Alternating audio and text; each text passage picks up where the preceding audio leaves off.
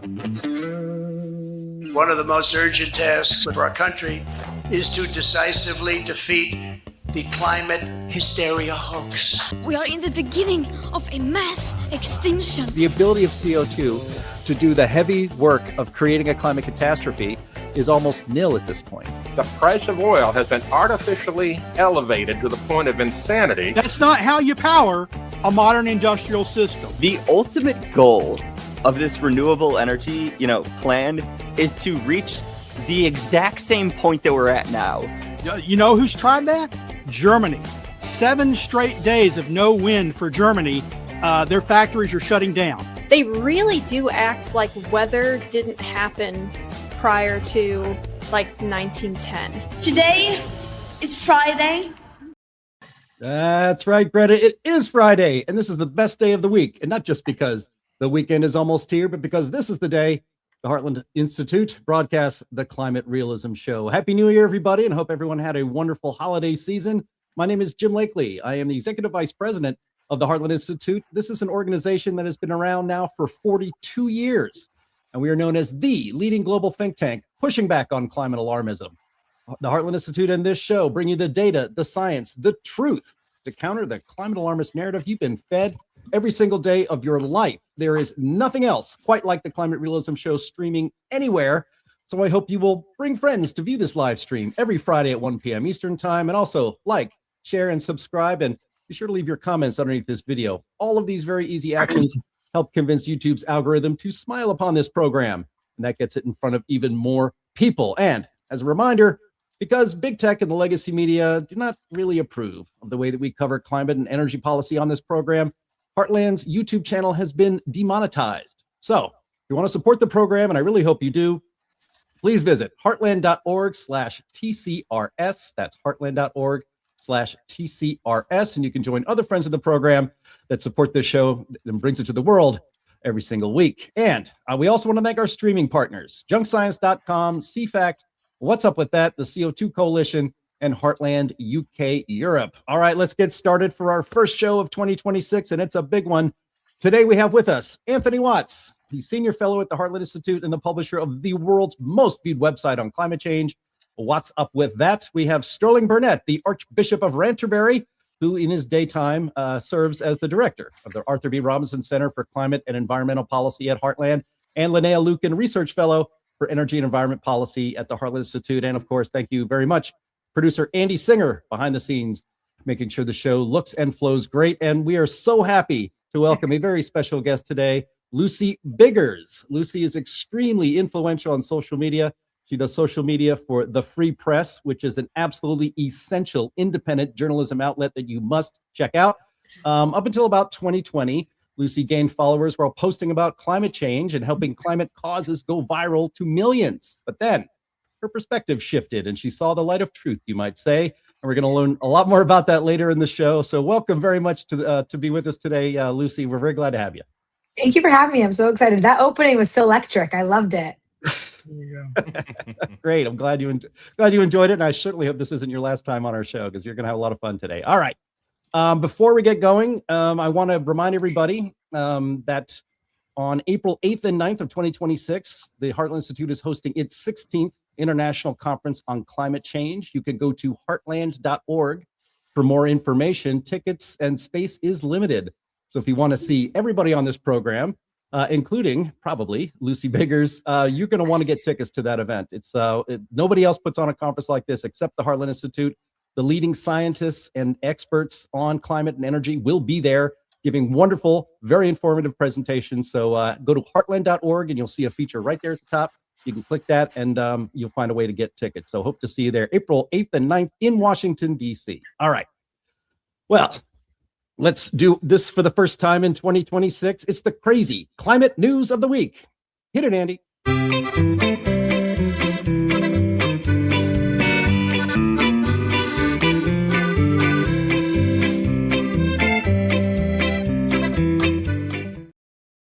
All right. Thank you very much, Bill Nye, back for 2026 as well, introducing this segment for us. Now, You may have seen this in the news that there's been a blackout in Berlin, and rather than putting up a story on the screen, I came across a video from on X, the account of Che Bose, and this young German lady is going to explain the situation for us. Can you play that video, please, Andy? The big Berlin blackout. And it's officially now the longest power outage in Germany's capital since World War II. And yes, it's -6 degrees right now here in the morning, so people are freezing in their homes. According to Berlin police, there has been a rise in break-ins, robbers trying to get into people's homes or businesses or robbing ATMs. This city's power grid was attacked by allegedly a left-wing extremist group called the Vulkangruppe. They claim to fight rich people and climate change by destroying infrastructure. Okay, yes, Claire, thank you very much. That's so that's a pretty good explanation. That's pretty much all we need. Now, apparently the power is back on now in Berlin, and I know we have viewers in Germany, so very happy for you. Good for you. And the far left group in English, I think, is called Volcano, and they claim responsibility for setting fire to a key power station in Berlin. And this is the same group that in 2024 said it attacked a power plant near Tesla's factory outside of Berlin. So this tracks. Anyway, Linnea, I'll start with you, and I'm sure Lucy would love to weigh in here as well. But it's obviously bad that Berlin's power grid is this vulnerable because this is really not that sophisticated of an attack, and all it took was the will to do it. Yeah, I mean, really, this kind of if it's let me think for a second here.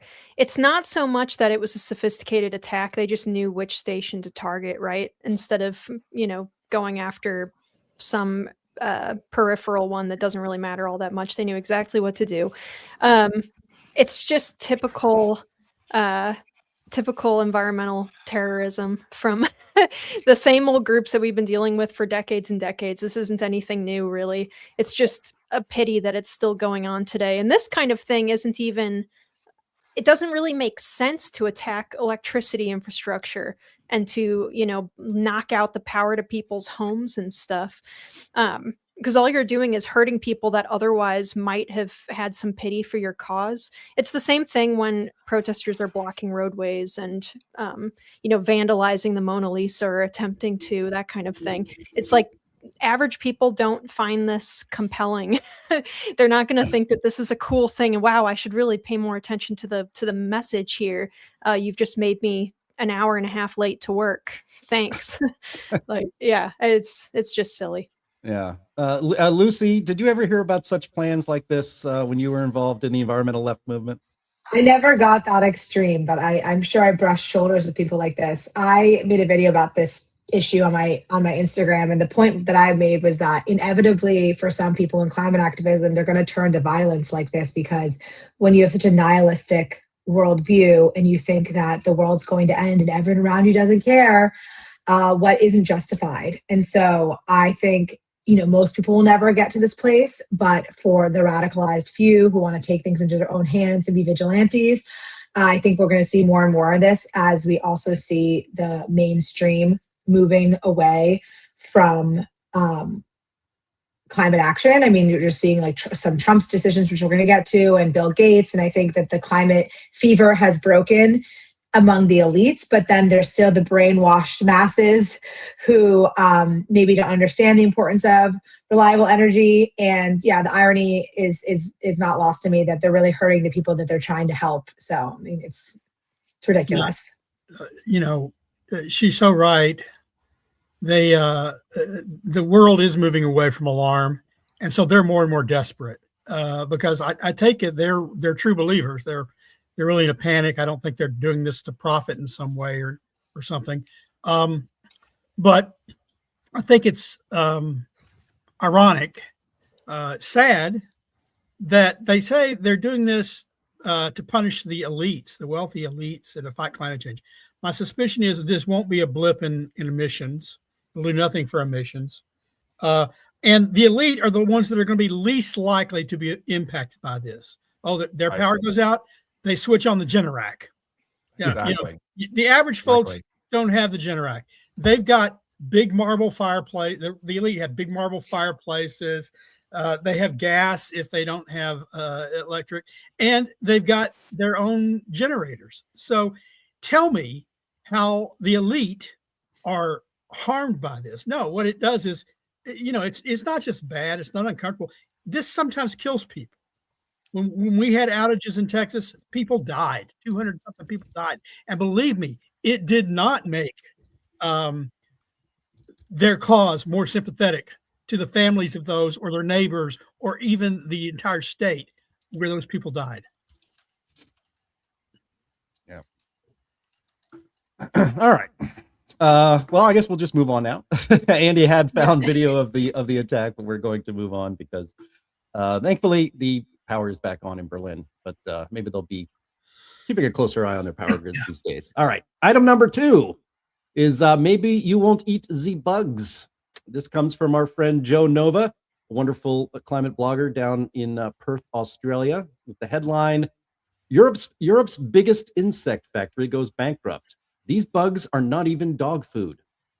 I'll read a little bit here from you for context. Joe writes, in the renewable frenzy of the early 2000s, Yinsect raised 600 million euros to, quote, reinvent the food chain and pioneer alternative foods that, quote, respect the planet's boundaries. Some $200 million of their funding came from hapless taxpayers somewhere, but in record time, seemingly before it even began, it was already gone, bankrupted. And not because people don't want to eat mealworms, which they don't, but because there wasn't much market in making animal feed either. Turns out that farm owners did not want to spend 2 to 10 times as much on sustainable cattle fodder. So the company shifted focus to high-end pet food, where besotted owners have the money to spare, but that crashed too. A little bit more detail from TechCrunch. The company's demise is hardly a surprise, as Yinsect had been embattled for months. Still, there's plenty to unpack about how a startup can go bankrupt despite raising over $600 million, including from Robert Downey Jr.'s Footprint Coalition, taxpayers, and many others. Ultimately, Yinsect failed to fulfill its ambition to, quote, revolutionize the food chain with insect-based protein. But don't be too quick to attribute its failure to the ick factor many Westerners feel about eating bugs. Human food was never its core focus, and revenue was the problem. Its revenue, the revenue from its main entity peaked at 17.8 million euros in 2021, a figure reportedly inflated by internal transfers between subsidiaries. By 2023, the company had racked up a net loss of 79.7 million euros. All right. So as Joe points out, in the biggest irony, insects need high temperatures to grow fast, and the energy costs was what was killing them here in this factory. So Sterling, yeah, isn't that fascinating? So Sterling, maybe we will not have to eat the bugs, and neither will our livestock or pets. Well, I was never going to eat the bugs, regardless. That was not even a question. But my dog, she's over here. I was trying to get her attention. I guess I have to be a stranger outside to get her attention. She points birds. She chases squirrels, but she's never pointed a mealworm in her life. She was not going to eat mealworms or cockroaches or whatever else they would have made. And I certainly wasn't going to pay to have her do so. I don't want, I long to see the package that says mealworm bone or byproduct as part of the ingredients. Look, this is stupid. This is the fake meat. This is the insects. This is the elites. Some people say we know a way to make money on the global warming scam. And that way is to convince people that meat eating is bad for the planet. And so we will come up with alternatives. Now, some of these alternatives, like insects in pizzas or dough and stuff, turns out to be dangerous because some people are allergic to those types of things. And if they're not warned, they can have a bad reaction. But also, it's just unseemly. Nobody, my ancestors, I'm convinced that probably millions of years, dozens of generations ago, my ancestors ate some insects. I'm convinced that when they were out on the African plains or somewhere in North America, when they got hungry, they ate a few insects. But my ancestors have struggled hard not to have to eat insects since then. and we don't. So it's crazy that taxpayers ever ponied up for this. If there's a private company that can make money off this, more power to them. If people want insects, I say buy insects. But what I don't believe is that taxpayers should pick up the bill. And I'm completely unsurprised that it turns out people don't want to eat insects, and they don't want their pets eating insects. So, Sterling, I'm going to push back on that a little bit because my pets do eat insects. I just bought a 5-pound bag of mealworms for my chickens. It was on sale at Tractor Supply, and they are farming them in factory farms for mealworms or for crickets or botflies or whatever random different types of bugs that they want to sell to your lizards and fish and all that stuff. So, but anyone who has ever tried to raise insects themselves so that they can save money on the factory ones, they usually kind of quickly find out that it doesn't really save you any money. One, because of the energy costs, and also because of like the footprint that it takes to do it. It's just not worth it for most people, unless you're like breeding tons of fish or something and you need a huge amount of brine shrimp or like sea monkeys or whatever. which is what sea monkeys are, a type of shrimp. But Sure. and they make great fish food. But it is really energy intensive. And anyone, if they could have just like gone to one of these pre-existing bug factories and say, hey, how do we scale this up? Then they probably would have figured it out pretty quick. But a lot of people really enjoy reinventing the wheel. I have a feeling when they talk about pets, they weren't talking about chicken feed, however. They were talking about get your dogs and cats. And I'll admit, if my dog sees a bug, as my wife calls them, little animals, running across the floor, oh, Bubba, there's a little animal, get it. It will attack it. It's fearsome with those bugs, but it doesn't seem to like the flavor of them too much. Winchester, she gets it, she snaps on it, and she goes, and spits it out. So, your chickens, I don't even consider them emotional support chickens. I consider them food producers. So I'm not going to count them as pets. That's agricultural feed. Yeah, that's true. I think one of the things that's so interesting, having come from the left and being remembering the mindset of when I would see something like this and go, oh, that's so amazing and heroic. We're all going to eat bugs. And it's the psychology and the psychological programming from the media where you're told the world's going to end unless you eat bugs. You have to eat bugs to be a good person. And so we have all these stories that it was like the bugs, the plant-based meats that are flopping now. And the final conclusion of all of this is you have less power and you have less control, and the hands of producing the food is in the hands of these big corporations instead of ranchers. And it all becomes a control thing. And I can see that now from this side. But when I was in that mindset still, I was convinced that I was just doing my part, right? You all just reduce, reuse, recycle, and eat bugs. So I'm glad, I think the reality is that the economics of these things don't work because people don't really actually want them. Feel good only goes so far. And so this is a good development, that the economics are what are ruining it because the ideology was going strong, I feel, but the reality is people just don't want it. It's the fake meat is the same thing. How they produce the fake meat in a lab is very, very energy intensive because they have to do it in very sterile conditions. And the energy cost for that was more than, feeding cattle in a natural grass or in a feedlot even. All of this stuff is just bizarre to me though, Sterling, because why are they, you can go to Costco right now and get a huge package of frozen black bean burgers. And they're not very expensive. They're actually pretty good. Good.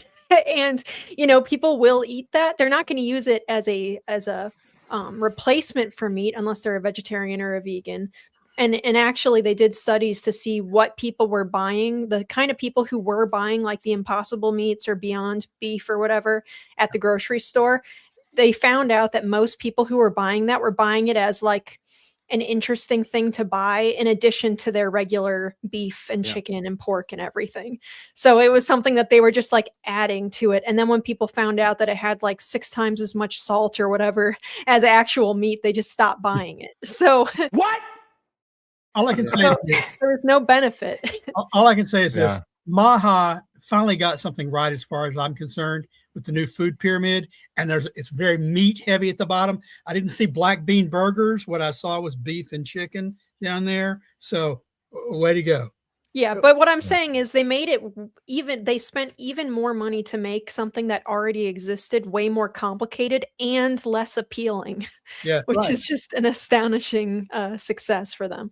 Well, I came across something on a totally different topic, and somebody had commented that tradition are just experiments that work and prove to work. It's like he's like, well, hey, there's a reason why we haven't tried to, on an industrial scale, make bug-based proteins for humans, because it's not practical, and it never was. It's like, I have a brilliant idea, and then it lasts about 2 days. But none of these ideas, it's okay if you have that idea and you want to put your own money into it. God bless you, but don't put my money into your cockamamie idea, especially to save a planet that doesn't need saving. I think the whole thing, they said it was a failure of revenue, right? Well, Yeah. I get that, but revenue is tied to marketing. And I think basically they missed a great marketing opportunity here to be able to market a hamburger called the Big Nat.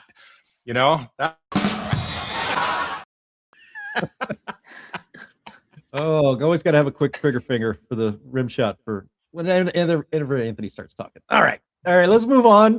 It's starting to gross me out now, so we'll move on to our third item, which is compact fluorescent bulbs are now banned in Illinois, which I find a little strange because weren't these just made mandatory for everyone a few years ago? So we're going to go through it. This comes from our friends at the Center Square headline. Illinois' compact fluorescent bulb ban begins to take effect. One of nearly 300 new laws that took effect in Illinois on New Year's Day is a ban on compact fluorescent light bulbs. State Representative Nicholas Smith, Democrat of Chicago, introduced House Bill 2363 in February of 2023, and Governor J.B. Pritzker signed the measure in August 2024. The law prohibits the sale and distribution of screw-base and bayonet-based compact fluorescent lamps.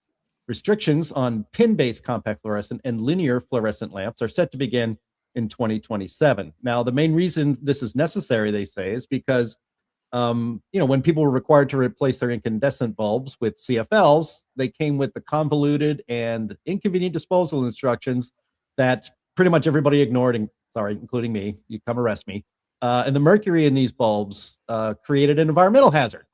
And 3 and 4 fluorescent lamps actually are improperly disposed of, thus leaking mercury into the environment. Now, Anthony, I contend that the law of unintended consequences remains undefeated, and this is exactly actually what climate realists said would happen back in 2027 in the Obama administration when the bannings of incandescent bulbs began.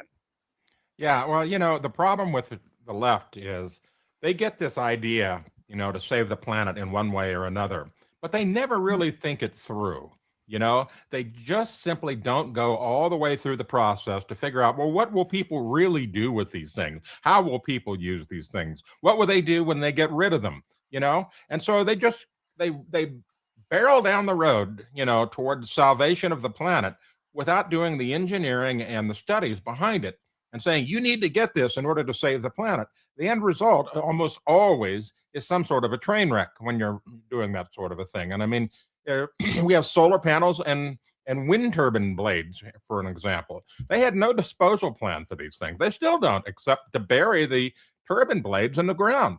And that's not environmentally friendly. But because of the things are made of, fiberglass and all sorts of different epoxies and so forth, they're not something you can easily recycle. And it's the same thing with solar panels. Solar panels, they've got silicon, they've got glass, they've got epoxy, they've got electronics. They're not easily recyclable. So I suspect we'll probably see here, the solar boom started around 2006. We're probably going to see a lot of solar panels get buried here soon because after about 20 to 25 years, they stop losing their efficiency to produce electricity. And at some point, they're not going to be able to sustain their value.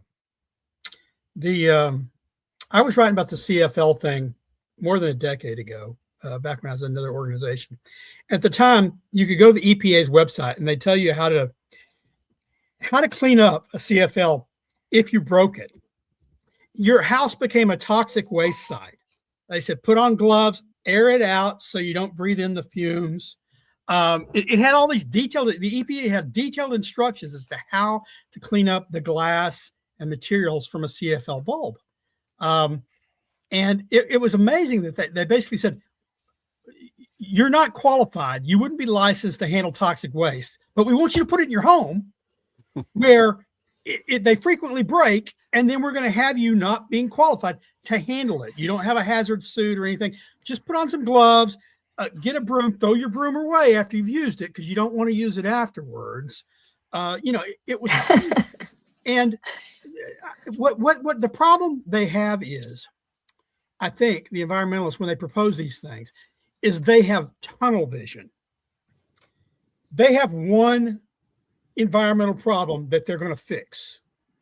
In this case, it was energy use. They didn't care about toxins. They didn't care about waste. They don't care about energy efficiency in the sense of, well, you don't know it, but a lot of people's heating bills are lower when they use traditional incandescent bulbs because the heat helps heat their homes. So they had this tunnel vision. It's the same thing with wind turbines. Oh, well, wind turbines don't put out any CO2 at the point of use. Not the mining. They don't care about the birds. They don't care about the land because they have one thing in mind. And with all these things, first, you should do an apples to apples comparison environmentally. There is no green energy if by green. Nope. Sterling froze. Sterling. Amazing. Back in here. My back. Yeah. There's no green energy source if by that you mean an energy source that has no environmental impact. Yeah. So you need I comparison. I know my audio is going in and out, but I hope I'm back. But as someone who pushed the straw bans, the plastic straw bans back in my day, I apologize and I atone for that. And I always say, if there's one thing you really want to hate me for, it's not that I now love fossil fuels. It's that I helped get plastic straws banned. And the psychology of the climate activist and the desire to belong in a group, and you just kind of pick up the marching orders of what the cause of the day is, whether it's subconsciously or consciously. And I think, Jim, you were saying, or maybe Anthony, it's so true. They don't think about this to the final path. They don't think about, now we're going to have metal straws or we're going to have paper straws that are soggy and leach bad chemicals. And so that's the environmental movement in a nutshell. It's very emotional and black and white thinking. And I get so frustrated when I see this overreach in policies. It's like, why do we care? Why are we passing a statewide ban on plastic straws? Don't we want to worry about home ownership and our schools and electricity prices? And they just waste so much hot air on really pointless policies. And then you could really argue harmful because they're making everything way more expensive. I don't know. I just saw something today that how right now in all these red states, there's like 10 red states right now that have gas below $2 a gallon. And and blue states are just not getting that because we probably have the carbon tax for this and the carbon da-da-da. And you're just like, seriously? So there's so much. Point out, full disclosure here, I have a hoard of plastic straws in my home. And I use plastic, so-called single-use plastic bags for other multiple uses. They're never single-use. I worked on the single-use thing. It's like, okay, what are the alternatives? Oh, well, paper bags. Well, that's good for the timber industry and the ecosystems where the trees. And horrible for the shopper. Mine are always breaking. I live in a town with banned plastic bags, and I do bring my reusables because the paper is such a horrible experience that I'll bring like really big sturdy ones, but I do have to buy garbage bags now for like my bathroom garbages because there's no plastic bags. Exactly. You got to buy garbage bags. Also, if you don't keep those reusables clean, the meat from the store leaks, the blood leaks into the bag. Yeah. You don't wash it, or if you're sick and you sneeze on it, all of a sudden, you're putting on the little conveyor belt at the grocery store. I'm sorry, that's not clean. There was a reason why New Jersey delayed their plastic bag ban during the pandemic, during COVID, because they didn't want people passing on COVID through reusable bags. True. I don't want them passing on flu during using reusable bags or any other virus. Or why just pick on COVID? Yeah, the paper bags are all so fun true. and games until you live somewhere super humid enough so that by the time you get to your car, the bags are like slowly falling apart. Yeah. The paper bags are a crime against humanity. I'm holding them Yeah. and then they're breaking and they're double bagging them. And I have 2 young kids. I have like 1 kid and then it's like falling and I'm just like, God, I hate myself. I think I just froze. Your I think video. I'm saying I hate myself. I hate my former self. It's like myself from the future cursing myself from the past. There Like, you go. why? You're going to I'll be find. interested when we get to it to hear about your road to Damascus conversion there. But Yeah. Well, you're going to. paper bags also, not just the paper bags, but the reusables. They use more energy in production. They use more water in production, but also they take more fuel because you can't put as many paper bags in a big truck hauled to the grocery store. So they have to run more trucks to carry bags. It cracks me up because all my research that I'm doing right now, just to get myself educated on any topic and the books that I read, it's not that the environmental alarmists are wrong. It's always that they're actually the opposite of true. Like the opinions they hold are almost a 180 away. Like, oh, polar bears, they're extinct. No, actually, they're actually at record highs. Coral reefs, they're dying. No, actually, they're at record highs. Like, weather is dangerous. It's like, no, actually, less people are dying. You know, like every single thing. Like, or paper bags are better for the environment. No, they're actually way worse. You can't make it up. There's, being an environmentalist means never having to apologize for being wrong. Right. Well, because it's all about virtue. It's all about feeling good about what you're doing. Exactly. yeah. Which we'll talk about. I think my segment is upon us. It is upon us, but it's really important to confess your sins, and you did about the plastic straw ban. I think that's great. You're going to find that the climate realism community is very forgiving, so it's okay, it's fine.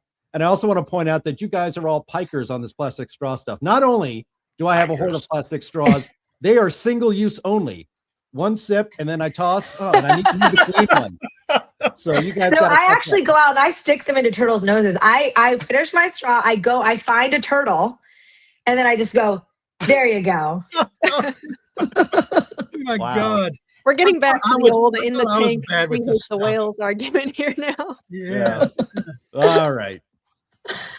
All right, let's move on because we want to learn more about our new friend Lucy Biggers here. I've titled this one "Climate Alarmist Sees the Light," and you've already got to know her a little bit already on this show, but I think a really good example of what she does now and how very, very good she is at it is best seen in a video from Instagram. I believe it's the Instagram account of the Free Press, which is great. And so I have a link in there for you, Andy. If you can play that, hopefully that it's nice and loud. This is chef's kiss. Let's go.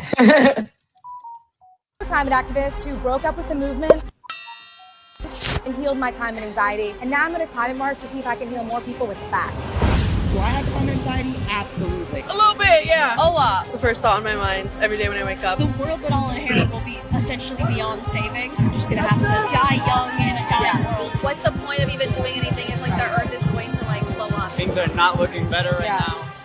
So I actually have a few charts that maybe will make your climate anxiety feel better. Climate-related disaster deaths are at an all-time low, so they've dropped by 99% since 1920. We are actually safer than ever from climate-related disaster deaths because of modernization. Less people are dying than ever before. So it used to be 500,000 deaths a year, and now it's down to 20,000. And is that due to the fact that climate change is abating? I don't think so. No, it's because we are adapting. Oh, that's amazing. So we have like early warning systems. We have cars instead of like horse and buggy. When a storm comes, we're much better at evacuating. I think those numbers would be much higher if you took out the billionaires, white, well-served, privileged communities. One thing we could think about doing is lifting the most people out of poverty. And the thing that actually does that, don't be mad at me guys, but it's literally when you increase fossil fuel use, you increase GDP, and that's how you lift the most people out of poverty. poverty. This is a very Western-centric perspective. Well, this is India and China, and they increased their fossil fuels. They became richer, and then their life expectancy increased. A lot of my work is around stopping fracked gas pipelines. The thing about fracking that's really complicated, though, is that it's 50% less carbon emissions than coal. I got somewhere to go, and I don't want to talk to someone who's defending fracking. Okay. Well, I'm afraid that maybe in about 10 years there won't be a place for us. I used to think that too. A lot of the worst predictions have not come true. Can I just show you some of it? Sure, why not? Hurricane Katrina, Hurricane Sandy, you like freak out, but it's not historically unprecedented. I love that. Hurricane rates and frequencies, despite what climate models were predicting, our observed data shows that they've stayed the same. It makes me feel better. I think the way the news covers it every year, they say it's because of climate change, but when you actually look at it, we have not seen it go up. I have a lot more to worry about than just if the next hurricane's going to kill me. But then maybe you have one less thing you can worry about now. Possibly. Are you worried about the climate? Not too much. Why are you here? Selling facts. So the worst heat waves we've still seen ever in the U.S. are from the Dust Bowl in the 1930s. So we're not living through the hottest time this country's seen, which I did not know that, and that made me feel better. This is actually milder weather than what our grandparents lived through. Well, that's awesome. Climate scientists will predict the future, and a lot of times the predictions are really wrong. So no, that's good for us. Some of them are predicting we were going to see almost 1 degree of Celsius of warming. The blue line is what we observed, only 0.1 degree warming. You're not going to die from climate change, and I think it's really important. So nice. That's awesome. I'm surprised. Yeah, Good. protect the planet and like keep your passion, but don't be afraid. I think in this day and age, to be optimistic is actually more radical than to be nihilistic. I completely agree. And I want to be abundantly clear. I am not a climate change denier. I am just anti-climate alarmism that is hurting these kids. They are walking around with fear. I think it's a complete injustice, and I hope that I just changed one heart and mind today by showing them the facts. I'm Lucy Biggers from the Free Press. Let's all just take a deep breath.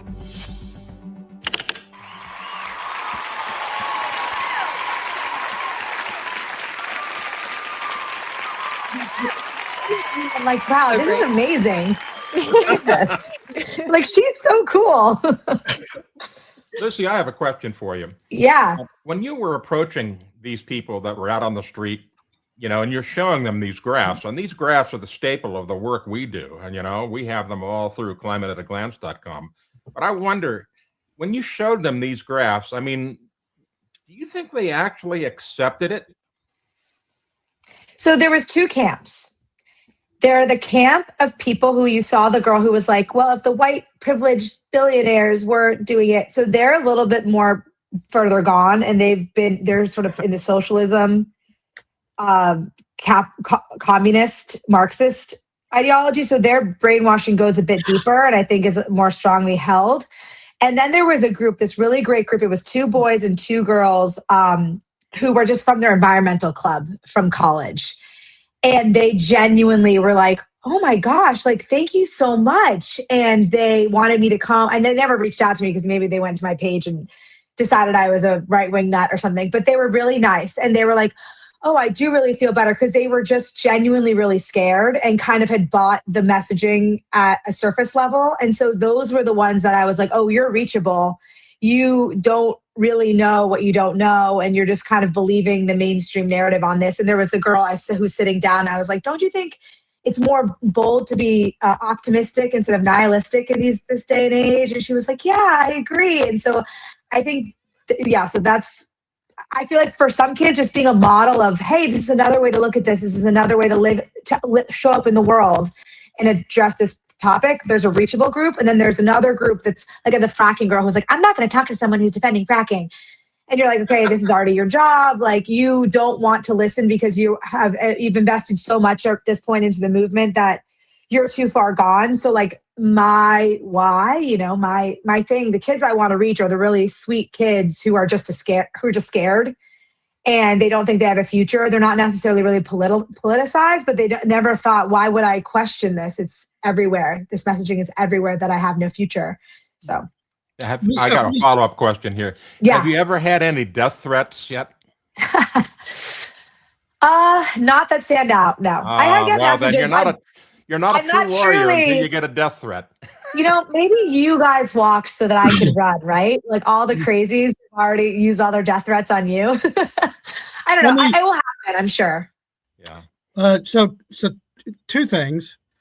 First off, you're doing God's work there. Thank you. And I could see you were being successful in doing it. It was, I love that video.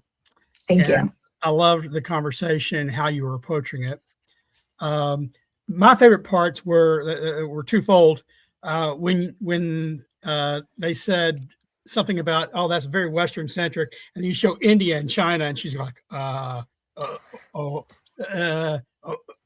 don't know. She had nothing to say. Mouth fell open, and that was it. And then the other one is when I don't know how many billionaires that one lady thought there were, that if you took them out of the equation, suddenly you'd have lots and thousands of more deaths. I'm guessing maybe there's 1,000, 2,000 billionaires around the world. Yeah. Out of 8 billion people. Right. It's a number below the margin of error that they could discover if you took all the billionaires out that aren't being killed by climate change. So, Right. Just some stupidity. But let me ask you this, because I think that what I want to get at is, and I talked about it, your road to Damascus moment. You're saying one day you're working, you're standing side by side with Greta. You are you're working to ban plastic straws. And I take it this wasn't just a fun thing for you. You had a belief that this would make a difference. That My favorite picture.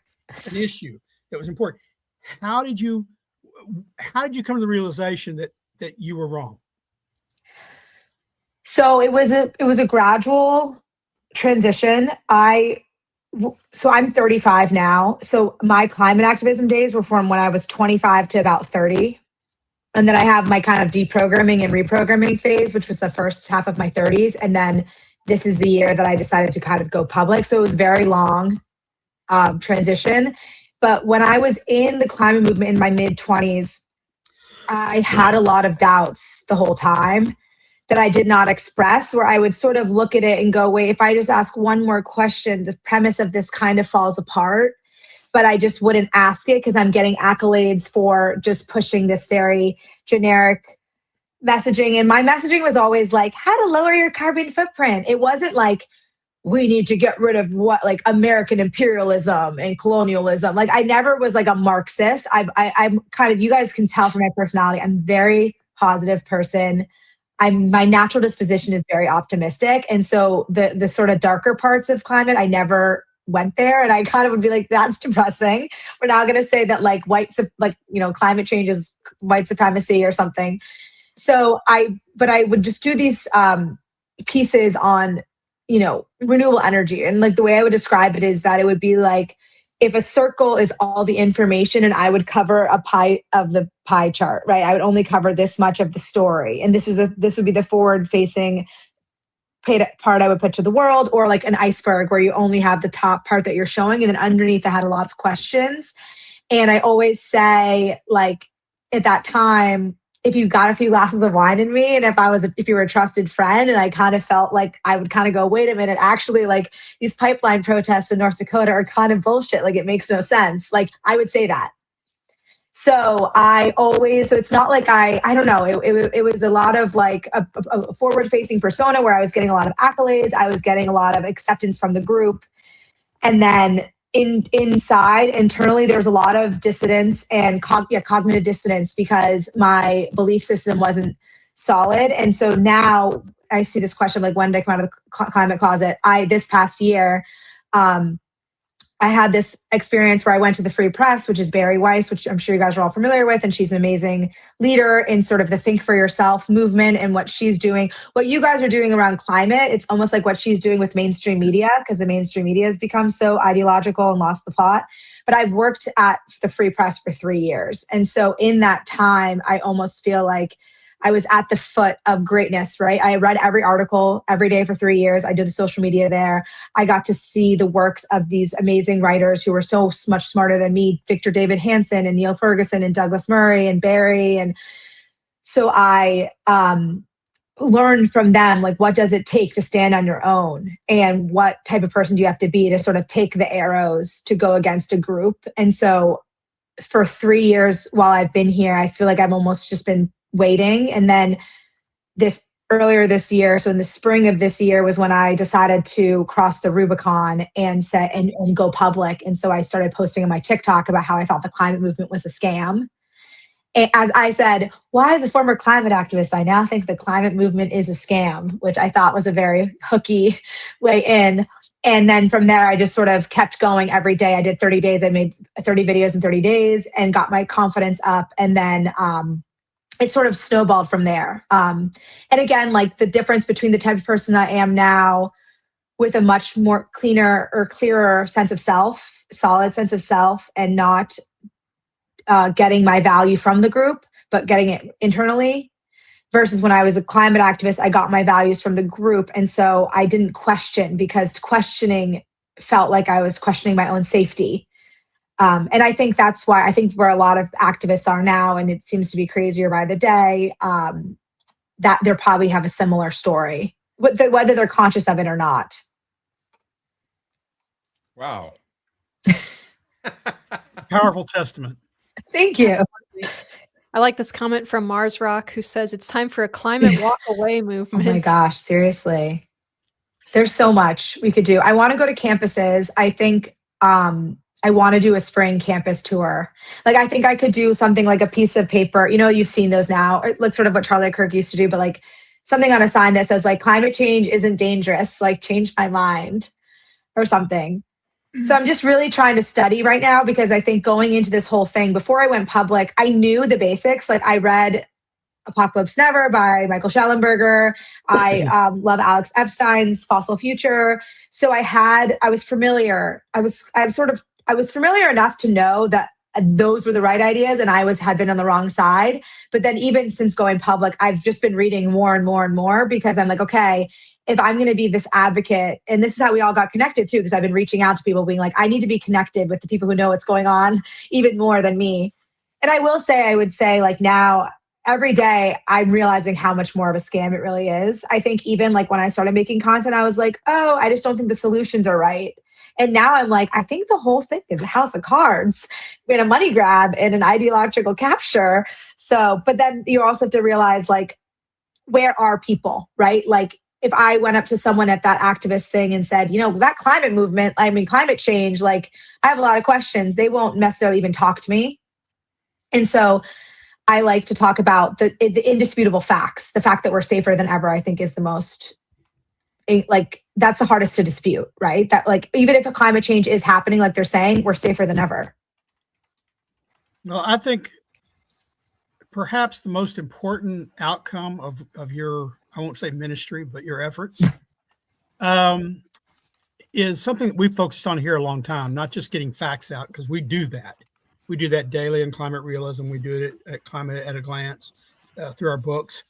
But the thing that has bothered me the most about all of this is the impact on the psychology of use. Me too. The damage it's doing. You know, they say, oh, we have climate mental illness now. We have eco psychology. And that didn't come from them viewing nature and seeing it falling apart. Right. It came from them reading newspaper reports or social media posts that's telling them the world is falling apart, it's coming to an end. We're creating the psychological problem. Mm-hmm. It doesn't come from nature. It doesn't come from the climate. You know, to hear my parents tell it, you know, the climate was so much worse before when they had to walk 20 miles in the snow to get to school uphill both ways, right? Yeah. But so true. So we're creating these problems, and the fact that that is the essential core of what you are trying to address is to helping them not live in fear. Yeah, exactly. You nailed it. I just think that is it. I don't want people to live in fear. And, you know, like you keep saying these religious and like ministry undertones, but I really do feel that calling where I want to help these young people who are truly, they're incapacitated by fear, and it's a man-made fear. It's not reality-based. And so the more that I can get people grounded, and like you said, you're not walking outside now and saying the weather's worse. You haven't observed anything in your life, right? Minus storms, which they've always happened. And so, yeah, I feel like it's such an important mission. And again, even when the Bill Gates of the world move on and the money goes elsewhere because they realize solar and wind isn't a good investment or whatever it is, the young people, there's an entire generation, probably younger, my age and younger, down to 10 or whatever, who they've been taught this stuff in school from the day that they could read, and they're getting be made afraid from this. And so even if they're never going to go, burn down a power station or glue themselves to a road, they have a subconsciously held belief about the world that the world is damaged and it's going to go downhill from here, which is a false belief. So the amount of human capital that's wasted on just people who don't have hope really upsets me. And it's like so much bigger than climate. It's sort of like how people like your generation were afraid of a nuclear war when they were growing up. And you thought it's very similar to me. It's sort of this unseen catastrophe that you can't control. Yeah. Lucy, I mean, I real think quick. to mention here is that these people were not, these young people that you're talking to, they were actively lied to. You were standing there showing them the data. They were, this didn't just happen. It wasn't an accident. Right. They were lied to about the state of the climate and about man's responsibility for a crisis that doesn't exist. I know. And for years and years and years. And it's so wonderful that you saw the light, that you educated yourself, that you got the facts, calmed down, and then are now trying to calm down an entire generation of people who, like you said, have been raised in a state of literally constant climate anxiety. And it's so sad. They were lied to. Did you see the girl? She said, it's the only thing I wake up thinking about every single day. Yeah, Michael Crichton wrote that book called State of Fear that was about the climate scam. It's on my list to read. That's what it is. And look, this is worse. You talked about, you compared it to the nuclear scare. Look, the nuclear scare, not power plants. I got it. But have it on a bookshelf. But nuclear bombs, that's a real thing. We had this. Yeah, no, that was actually a real one. Yeah, we had the crisis and people were doing duck and cover. But I don't recall the generation that experienced that saying, well, because we have no future, we're not going to have children. Why form a relationship? Why form a meaningful relationships?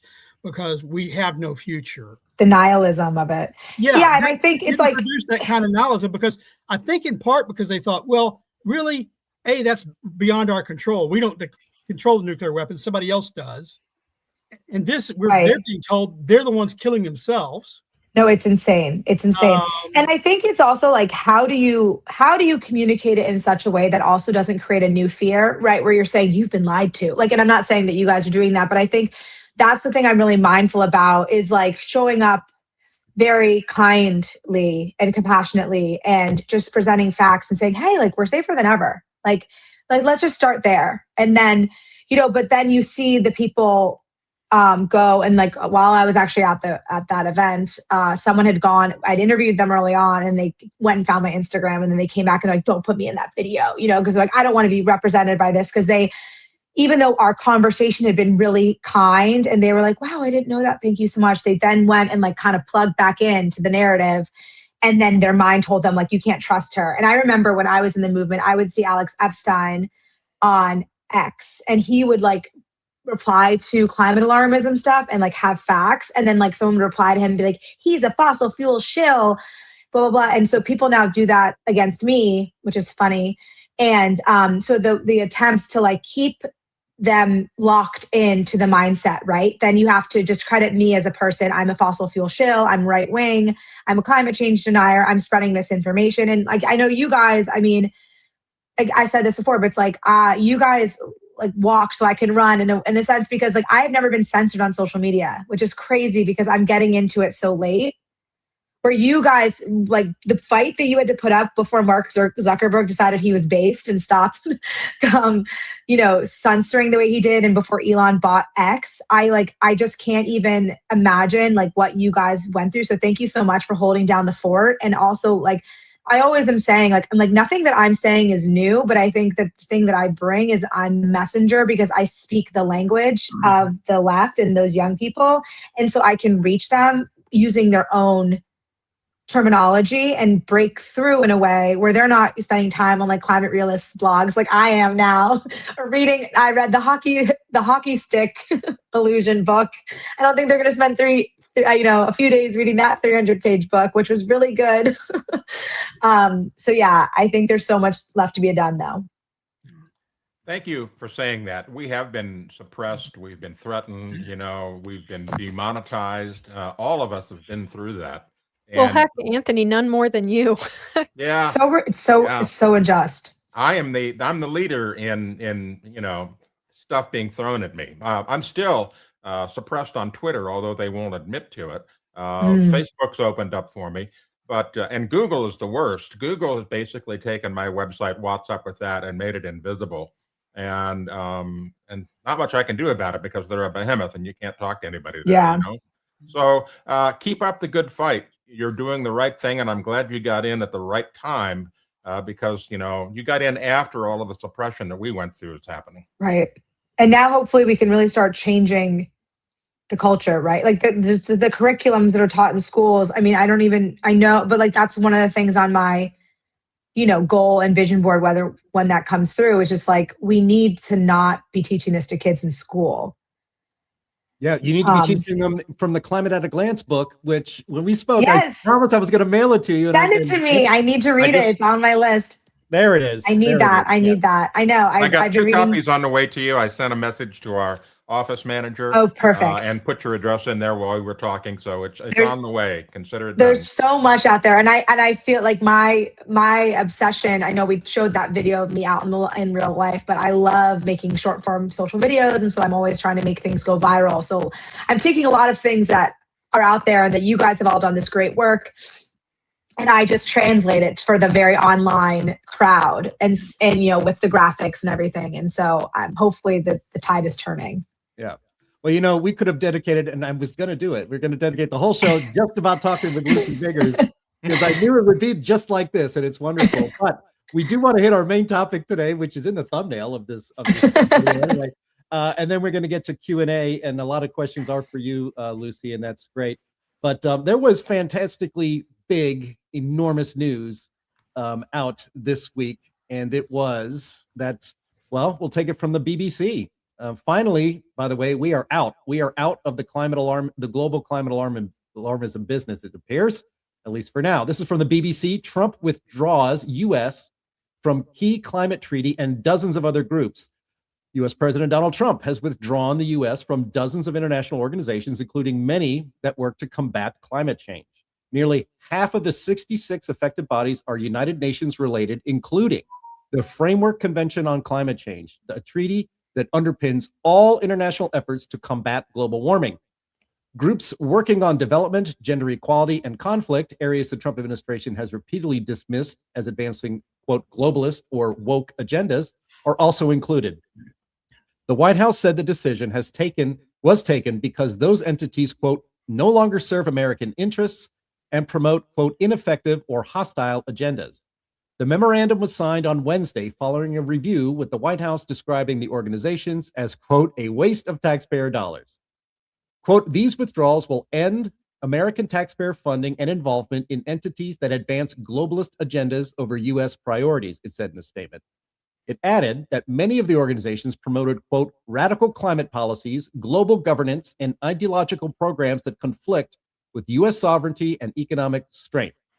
As well as the UN Framework Convention on Climate Change, the United States has also withdrawn from the Intergovernmental Panel on Climate Change. Now, Sterling, as Joe Biden might say, this is a big effing deal. This is a historic move, and I think this exceeds all of our expectations for the move that Trump would take on climate. Look, it's not just climate. More than 60 different treaties, programs, half of them in the UN, but other multilateral things that we've been a part of. No more Global Climate Fund, no more IPCC. That somehow Gutierrez at the UN says, you're still obligated to pay. Make us, I say. This is the biggest blow, and I've said this, the biggest advance for U.S. sovereignty and economic sovereignty, geopolitical sovereignty, vis-a-vis the rest of the world that has been taken in my lifetime by any president in one fell swoop. We're out of all sorts of things. And all of these things. Now, I would say, I thought his statement was wrong in one respect. He said they no longer serve our interest. They never served our interest. These things never served. They were always other countries with compliant U.S. bureaucrats who want to be globalist, taking steps that harmed the U.S. from the start because they robbed voters, taxpayers, the U.S. citizens from control over their own lives through their own government and handed it off to other governments. So this is an amazing thing. And the sad thing is, I did an interview yesterday about this. So it happened late Wednesday. And for hours and hours and hours, I don't normally do this, but I did that night. I watched TV news programs flipping from one channel to the other to hear them comment on this because this is big. This is huge. And all I heard about was Minnesota. I heard a little about Venezuela. It's tragedy. What happened in Minnesota is a tragedy. What happened in Venezuela, my wife and I, because she's from Venezuela, we watched it all day on Saturday. She was talking to relatives.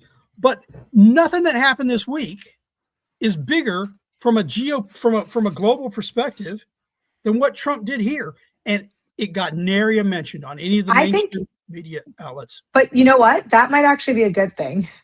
Because I don't think that the public understands what's going on. I'd rather have them not even notice this and let it just go through without the freak out that we always see and just let it go. Because if it wasn't ICE, they'd be out protesting, like, rejoin the IPCC.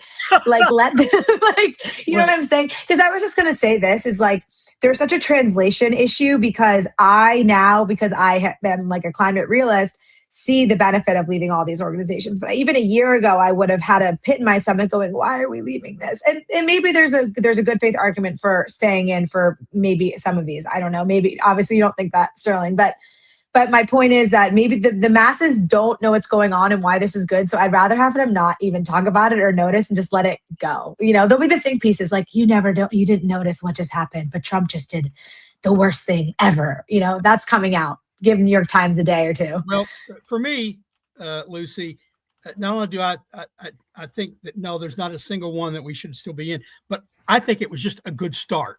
That there's dozens and dozens of more that we should also be getting rid of. Yeah. I mean, the good news is that without the United States money, it's very, very difficult. It's a lot more difficult for the global climate agenda to be pushed forward. I mean, you know, we've been guilted into it for decades, and those days are over.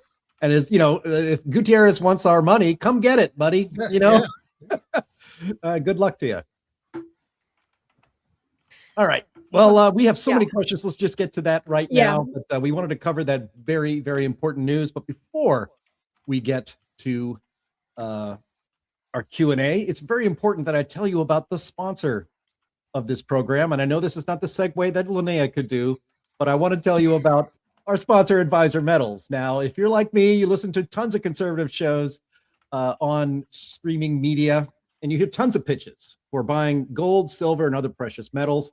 There are a ton of companies out there, but I want to tell you why you should trust our sponsor, Advisor Metals, and that's the man who runs the company, and his name is Ira Bershatsky. He is the managing member of Advisor Metals, and he doesn't employ those high-pressure tactics or deceptive marketing ploys like many in so-called big gold. He also does not deal in rare coins. When you buy gold and other precious metals from Advisor Metals, you're dealing in quality bullion, and that is so much better when it comes time to liquidate your very valuable physical asset. And when you buy from Advisor Metals, you will have your investment sent discreetly to your very home. I also want to mention that Ira is advertising on this program because he is an America First patriot. He does not donate to Democrats. He refuses to work with proxies of the Chinese Communist Party. And he, like us, abhor the machinations and schemes of the World Economic Forum and the United Nations IPCC. So we are very proud to have him as a sponsor. So if you want to diversify your investment portfolio, if you want to back up your IRA with real physical bullion of precious metals, go to climaterealismshow.com/metals. You can leave your information there, and Ira will make the process very, very easy for you. Again, climaterealismshow.com/metals, and be sure to tell them that we sent you, because that helps us while you're helping your financial future.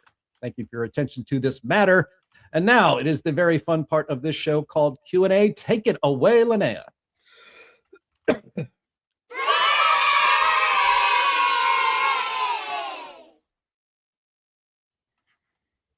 Here I am in my group of kindergartners, which is our audience. Your favorite drop. Audience, we love you. All right, let's see here. We've got a lot of questions, some of them science questions and most of them questions for Lucy, so get ready. All right, so, this is for us, though. EJ Worm, I'm not sure how to pronounce your name there. It says, on the ICCC, will there be an event rate at the hotel, or are we on our own for that? I don't know the answer to that. The answer to that is that there is an event rate at the hotel. Somebody actually was having a little bit of trouble with it just this morning, but if you call the Hotel Washington, which is where the event is taking place, and tell them that you were there to book a room for the Heartland Institute's climate conference on April 8th and 9th, they should be able to give you the discounted rate. Awesome. There you go. Okay.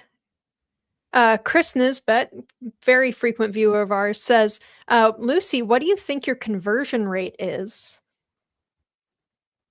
Oh, Muted. Because you're muted. Everybody gets a gym. She doesn't know it's called a gym. Converting climate activists to realists. Yeah, I believe so. Oh, I think it's low. I think it's at that day, I think it was maybe 50-50 in regards to that video was the only time I've done that out in the streets. I need to go do that more. But in regards to my social media, I think a lot of people who follow me already agree, or maybe they weren't activists, but they had some fears. And so I'll get messages from people who are just like normal moms. And they were like, oh, wait, your content's making me feel so much better about this. I'm just not going to worry about this anymore. But they never really were like activists before. So I think maybe, I don't know if that gives you I don't have percentages, but yeah, but that's an amazing service. Just to remove one of the million things that we have to worry about from people's like daily concerns.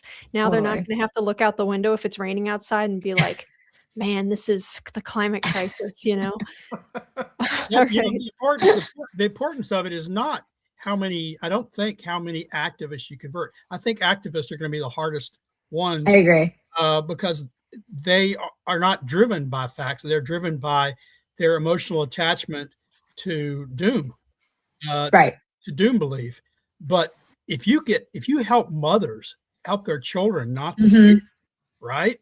Something they feared before and they don't now, man, that's fantastic. Yeah. And those people are reachable. Yep. All right. So this is a tongue-in-cheek question from our frequent viewer, K1, who says, so how much does Lucy get from the fossil fuel industry? I'm not enough, obviously. I love the fossil fuel industry. I love cheap, abundant energy. I think oil and gas and coal are amazing. So, but I do think I have to stay clear of like the money. I wouldn't take it, not because I have any issue with the fossil fuel industry, but I wouldn't take it because of what people could use that against me so easily. So I do not take any money from them. We'll take it, although we don't get it. I'll take it. We have no such concerns. By the way. We have no such concerns and no such funding at the same time, which is unfortunate. No, I mean, I would be down. But I think for now, I have my full-time salary job at Free Press. And so I don't have to, I'm not in a position to have to do that. But, you know, we never say never. All right. Mars Rock over on Rumble says, how have her friends, family, etc. reacted to her change in viewpoint? I think most people, at least to my face, just like, okay.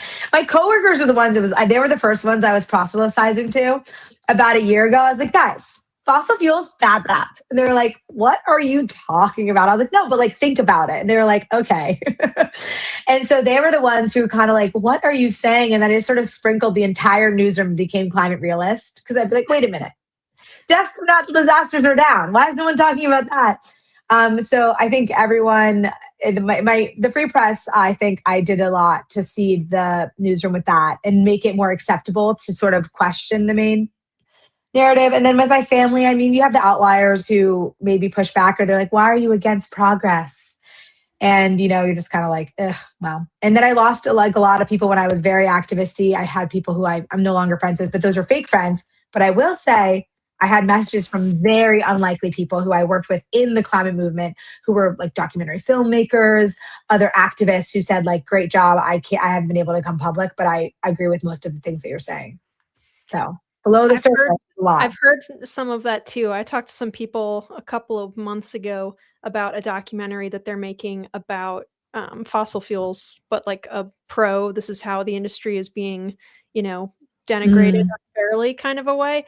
And they're like, almost none of our, camera people and all these, people who are working with us were on our side of this issue when it started. But throughout the like research and them getting to like talk to people who work in the industry and scientists and stuff, now they're all convinced. So their whole well, it's true because it's the truth, right? I think that's the thing is like, no matter what, we have the truth on our side, and so you kind of can laugh at the crazy people because you're like, I mean, ultimately, like they're great. Yep, absolutely. All right. John says, my only question would be, can Lucy come back in 6 months and give us an update? Yes, definitely. Sure. In that regard, by the way, you might not have to wait 6 months. Lucy will be soon getting an invitation from me to speak at IPCC 16. Woo!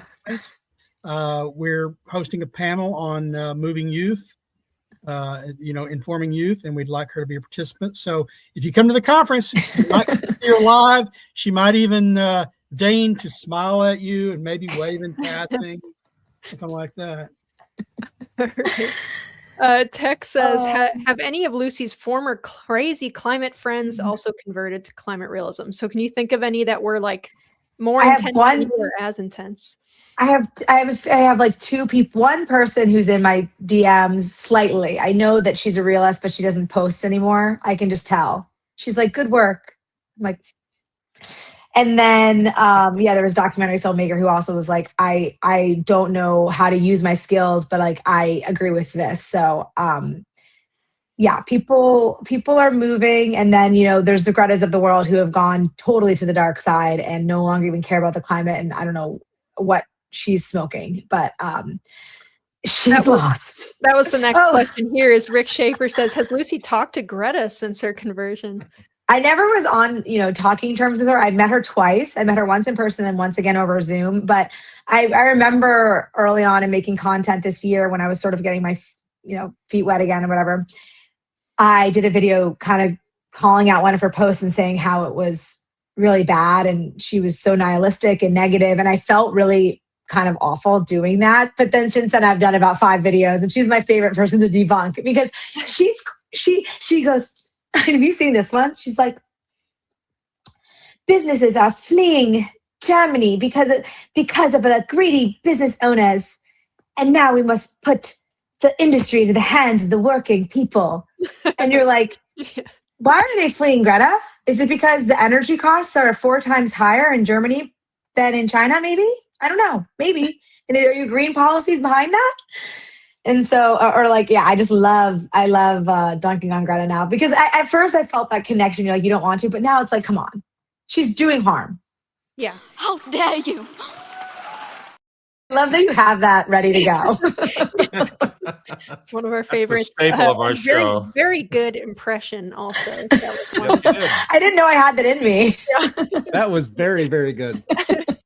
All right. This is one of the science questions that we have here. This is for you, Anthony, because I don't know quite how to tackle this one. GFIG says, how can we prove that stratospheric cooling cannot be proof of anthropogenic global warming by CO2? Well, that's a topic that's too deep for us to discuss in the time that we have here. So I'm going to defer it to another time. Okay, we might have an article up somewhere talking about that. I'd Google, if I were you, GFIG, I would go to What's Up With That and look up stratospheric cooling or something. And we've got a number of articles there. Yeah. Climate Realism also, we have some do we? articles on it. All righty. And he has a similar question about the skin layer of the ocean warming, but that's GFIG. We love these science questions, but we don't quite have time to get into that much detail on the show today. We have, Fix It Fast asks, how much would it have cost to stop the climate from changing? billions and billions. Trillions and trillions. Trillions and trillions. Yeah. Infinite. It would be infinite because you can't stop changing. All the money. That's the answer. All the money. King Canute realized this so long ago when his courtiers said he could stop the ocean from rising, and he said, "Really?" And he stood there, and it seems to be coming up. I'm doing my best. You can't. We don't control the climate, so it doesn't matter how much we spend. We still can't control the climate. We can't control the weather either. Yeah. That reminds me, Lucy, I got a question for you. This is kind of important. Do the people that you used to work with, do they think of climate as something that is an entity that kind of swoops down from the sky and does things like weather does? Or do they realize that climate is simply a statistical construct of numbers averaged over 30 years? Do any of them get that? I think it's an ideology to them as much as they just think climate change is happening and it's our fault. I don't think that they think past that. And every extreme weather event, they go, see, we can see it with our own eyes. And you're just like, okay. Point them. Well, I have a question for you guys, because I feel like this is why they think this time is different. And in regards to climate is I think we basically have 30 years of data now. Like in 2005, fine. We didn't really know, but we have now 25 years of satellite data, right? More than that. And nothing We've has had changed? satellite data since 79. Okay, 79. But what's the statistic that I saw that was like extreme weather has not increased globally since 2000, the year 2000? I've seen that go around. Well, you can go back to 88, though, is when Hansen first testified about that in his show trial, climate Marxist show trial type thing in the Senate. So we've got all the data from them. And as far as your former allies that are really, really scared, just point them to the South Park episode the day before, the day after tomorrow, because that's what Anthony was sort of talking about. Is in that it's an entity. It's oh my God, global warming, and it has a shadow coming across them. Yeah, they really are convinced. They're really convinced. But also you have to understand to say and even in my video, I say, I'm not a climate change denier, because you have to hedge that, because that's what they're immediately saying. And I'm a climate skeptic, I guess you could say. I become more of a denier every day. I'm just kidding. That's going to get clipped. I want to do an episode where we're skeet shooting climate change out of the sky. But I just think, it's so the ad hominem attack of if you become called a climate denier, you're now outside of the realm of polite society. So we don't have to listen to you anymore because you're a kook. And that is where a lot of people live in my world. And so I will joke and be like, I'm basically a climate change denier. It's a bit that I'll say with my coworkers and stuff. But I am very careful to say no, we see warming's happening, and we have CO2 going into the atmosphere. Those are the facts. We agree. And after that point, nothing is settled science. So that's how I kind of express it. Do you think that's a good way to do it? Yeah, for sure. I mean, one of the real brilliant moves by Al Gore and others is to use the term carbon pollution. Carbon dioxide is not a pollutant, and all these kids you're talking to on the street in that video all think carbon dioxide is a pollutant, or like something coming out of a smokestack. It's not. So I think that's probably the really hardest thing to hammer into people's heads who've bought all of this BS, is the idea that carbon dioxide is not a pollutant. It's amazing. I mean, and now I'm like, this is actually having a net positive. I think it's great. And one of the things I always like to say about the satellite data issue and the climate and extreme weather issue in general is every single year that we continue to record satellite data across all of these different metrics is another year of a data point that we can add to this and make more people aware that there's not this, dramatic change going on, right? That we should be worried about. And so far, the satellite data really hasn't borne out almost any of the categories that they're worried about. So, right. All right. I don't have a YouTube channel. No YouTube, just Instagram. I don't have one really yet. I've inconsistently posted on there, but I'm on TikTok and Instagram and X. definitely. And follow it. Substack, but it's all the same content kind of everywhere. Okay. Who is the biggest climate hypocrite in your opinion? I mean, probably Bill Gates. Yeah, maybe. The thing is, it's so great to not be a hypocrite anymore, because I'm like, I am not worried. I am just living my life. I'm not worried about my carbon footprint, and it feels amazing. For me, mine, I think, would be John Kerry, because he really doesn't care at all. Like, at least Bill Gates doesn't actually think that it's like a world ending type of thing. He's investing in solutions and stuff. John Kerry just like jet sets and does speeches. Yeah. Mine would be Leonardo Al Gore, but DiCaprio. he's irrelevant now. Yeah, Leonardo Who? DiCaprio is a good one. Al Gore. Yeah. Yeah. Leo DiCaprio taking a helicopter to his yacht. I think that's pretty tough to beat. In his documentary Before the Flood that came out in 2015 was one of the big ones that brainwashed me. And now I look at it as like a midlife crisis video. I'm like, why were you like putting your psychology onto a documentary and mapping it onto climate change and said, brainwashing a generation about it? Like, you should keep that to yourself, sir, because he obviously has issues and guilt. And so that was a really irresponsible documentary. So many just find another 25-year-old model to date and leave us the hell alone. Yeah, literally leave us. And also, by the way, I just rewatched Titanic. That was a fabulous film, and like I'm just gonna remember him as that form of himself. It was so good. So many people, so many hypocrites to choose from. So many dangerous people. But he flew across the country in a private jet to win an award for his climate change work, and then flew from there to a private island with his friends for a party. So that. And Kerry says when they question him about it, he goes, "I can't fly commercial. I'm important." Yeah. Anyway, a lot of them. And then the worst offenders to me, I don't know if they're hypocrites, are the politicians, people like Sheldon Whitehouse. Why? Because they swear an oath. They don't swear an oath to almost anything else except to uphold and defend the Constitution of the United States. And yet they're out there almost every week saying we should lock up climate deniers. We should lock up people who disagree with us on climate. They have targeted us specifically. Yep. So that, I don't know if it's hypocrisy, but it certainly betrays the one oath they took when they took their office.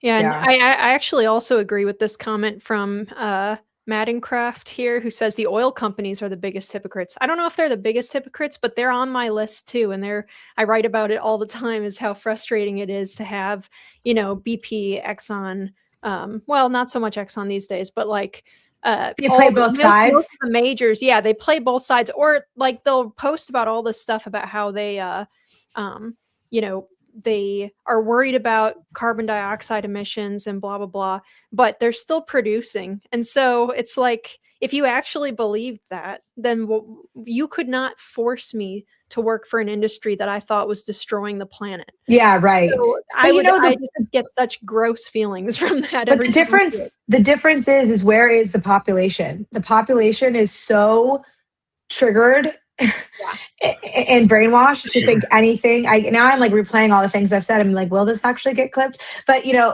because it really it's like they're just hedging. They're like, we're business people, right? Like they're just like, we have to do a bottom line. And if someone is looking at Mobil and looking at Exxon on a corner, I want them to pick us. So that's what they're doing. It's marketing, and they are so it is fake. And I think that it hasn't been safe enough for them to come out and say this isn't a thing. I think with Chris Wright, some of the statements he's been saying recently, I just saw a really good one on X. There's no doubt the tide's obviously significantly turning. Yeah, but Liberty Energy, his company, Liberty Energy, has been pounding that drum for years. Their ESG report that they put out for the company was literally just like a climate realist report. I love that.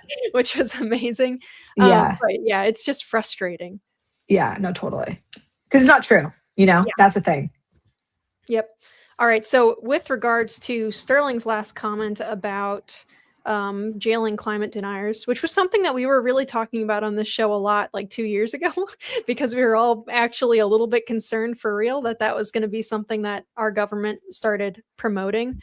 Climate Bell says, when this house of cards finally collapses and people realize that they were lied to, shouldn't there be consequence for the reckless negligence of those who promoted the climate terror? I'm not a retribution person.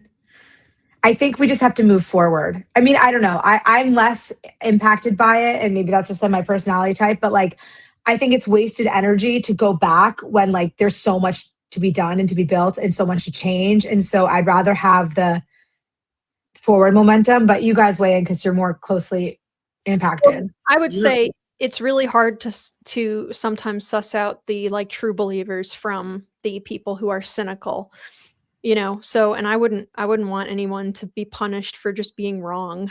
Mm-hmm. I mean, unless they were like, you know, unless they're like a member of the Communist Party or something and they're putting people in gulags and executing them and stuff, then they should probably have some kind of retribution or like some kind of trial or something. But I don't know if that applies in the climate case because it's so distributed. Yeah, Well, you know, it's funny. surprise. Someone a few years ago mentioned that we should have Nuremberg climate trials for climate deniers. Right. Seriously. Look, Oh this my is God. surprise no one, but you're all kinder than me. I'm not necessarily a retribution person, but I am a justice person.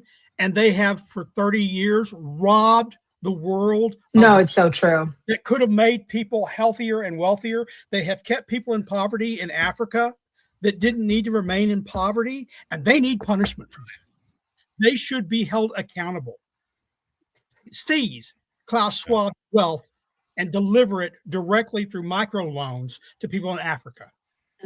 I was just going to mention that Lucy's absolute positivity and cheerfulness is infectious, and it's really been touching my heart. And then Sterling opens his mouth. And I know, but then I was swayed. Sterling, I'm swayed. I'm swayed too. I mean, but the thing is, it's like, well, how do you do the most good? What is ultimately your goal? Is it to like punish people who are wrong and get back people, or is it still to do the most good? And if there's some way of holding people accountable because then it maybe prevents a future problem, then sure. But like, I'd rather have those people in Africa. Like, I don't know. All right, have But it. maybe it's a money redistribution. We'll do it your way. That's the better one. Yeah, our audience is pretty bloodthirsty too, Sterling. So 40 lashes for demonizing CO2 is insane. Yeah, 40 I lashes. believe in justice, and when you've been robbed, you should be recompensed at the very minimum. And yeah, there are some people who are deluded, but deluded people get punished too when they commit crimes, and they are harming people. I'm sorry. Yeah, both is good. That's true, Michael. Already, Montana Blues, frequent viewer of ours, says, "God bless the Archbishop of Ranterbury." So, there you go. We're getting CO2 restoration. Hey, you know, Sterling, Bless you, my Lucy's son. never seen your mitre. No, I had it on earlier. Yes. So I saw it pre-air. Yes. I know. I wasn't I sure sent that what to I was Sterling. looking at. There you go, folks. All right. I was like, am I on the wrong live stream? I've got this question from Chris again, who says, "I see Roger Pelkey Jr. isn't very impressed that the USA pulled out of IPCC. Those assessments they produced aren't being used for good, though, are they?" I mean, no one reads the working group assessments except for us, right? So we're the only ones who read the science report. Everyone else just reads the political summaries, and I don't think that we should be paying the IPCC. So I think Roger likes the work that the working group, like the scientific reports, do, and they do tend to do a fairly good job, except for the like opening editorialization and some of the editorializing throughout. But yeah, it's sorry. There was only Sorry, one, Roger. there was I've seen one justification for remaining, and it's the same justification that I don't know if anyone remembers a show called Yes Minister about England back when Britain was still in the EU, and Humphrey explained why we wanted to remain, why they wanted England to remain in the EU, and it was to muck it up, so they couldn't do even worse harm. So. If the U.S. stays in the IPCC, they still have a voice, and they could still stop treaties from being passed and stop big programs. I'm not saying that's a good justification. I'm just saying that's the only justification I can think of for remaining in it. Albert wants to know, Lucy, did you experience any form of shadow banning or drop in monetization or anything once you started posting climate realist videos? I did not, which is like the sign of the times, which is pretty crazy. I've actually doubled my following since I started talking about this stuff compared to what I was doing before. So, and I've had a few videos. I did a calming climate chart series that went really, really viral. Just on its own on Reels. And I'm like, okay. So, and I don't monetize my social media. I don't get money off of it. I've got a little bit of censorship happening on TikTok for a while. And my account was actually that was taken back. I was shadow banned on TikTok for a little bit. And then I had someone who I knew through someone who knew someone, and they got me back on, and then I haven't had those problems. This is my pet who is not going to eat mealworms. Decided to let me know she was here. Wait, Mars Rock, we already got one of your questions. Hang on, I'm gonna try to find someone who hasn't had a question yet. Let's see. Length Muldoon, who I don't think I've seen in our chat before, so welcome, says, when Trump has gone, will climate research funding just be reinstated? Depends on who's president. Yeah, well, and also I think that there's a good chance that if he cuts them off badly enough over just the next couple of years, the pipeline will be disrupted enough that maybe it won't come back to the full strength it was before. Yeah, people underestimate the importance of momentum. If you can stop that momentum, there's a good chance that the whole thing comes apart. So. Yeah, hopefully, I mean, the goal, I guess, is that Democrats come up with something else to be worried about, and they sure will. AI, it's AI. Yeah, definitely. So everyone, and the AI thing, we've talked about this a lot, but it's definitely pushing some change in rhetoric when it comes to energy. So microplastics, chemicals, they'll have plenty of things to go to. They'll come up with something. Yeah. I have no doubt. I have a lot of faith. Kevin Whitehouse says, Lucy, how do you feel about irresponsible declarations by celebrities? We kind of hit this before, but yeah, I don't like it. I think it's so like focused, hyper-focused. The climate's no longer the cool thing, by the way. Climate was big in 2018. Now everyone was freaking out about Palestine, right? And then, of course, now there's these huge uprisings in Iran, and now no one's making statements about that when it actually is a push for democracy. So, like, these people, their statements are not worth the paper that they're printed on, but people still idolize them. So I'm not buying it anymore. All right. Well, it looks like we're running out of time here, you guys. But thank you all so much. I'm sorry if I didn't get to your questions. I tried. Well, wait, actually, you know what? I see one more person who I haven't seen in the chat before. I want to get their question.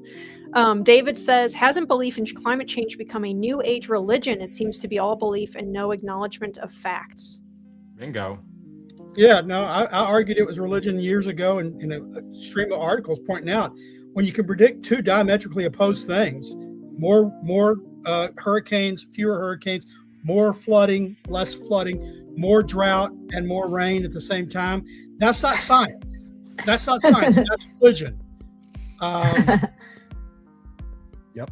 Absolutely. And I think we have a meme of the day too, or some kind of a funny little video or something, but I'll pass it back to Jim for that. Yeah, we do. So this is why you need to stay to the very, very, very end of the Climate Realism Show every week, because we got a special treat for you right here at the end. But before we sign off, I want to thank our very special guest, Lucy Biggers. Lucy, this was, we have a lot of fun on this show. This might have been the most fun we've had ever on this show, and we hope to have you back again and to have you as a speaker at the 16th International Conference on Climate Change. I had so much fun. Yeah. Thank you. Fantastic. So we hope to see you again on this show. I want to thank our streaming partners, Junk Science, CFAC, the CO2 Coalition, Climate Depot, What's Up With That, and our friends at Heartland, UK, Europe. Thank you to the regular panel, Linnea, Anthony, and Sterling. And thank you very much behind the scenes, Andy, making the show look so great. And thank you, our viewers, not just here on YouTube on the live chat, but also wherever you get your podcasts and enjoy this program. We hope to see you again next week. Bye-bye.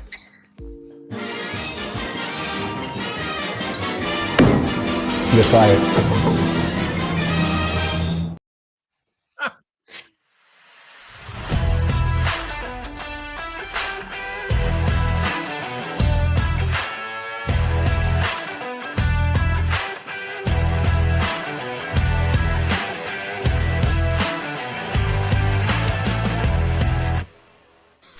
dare you?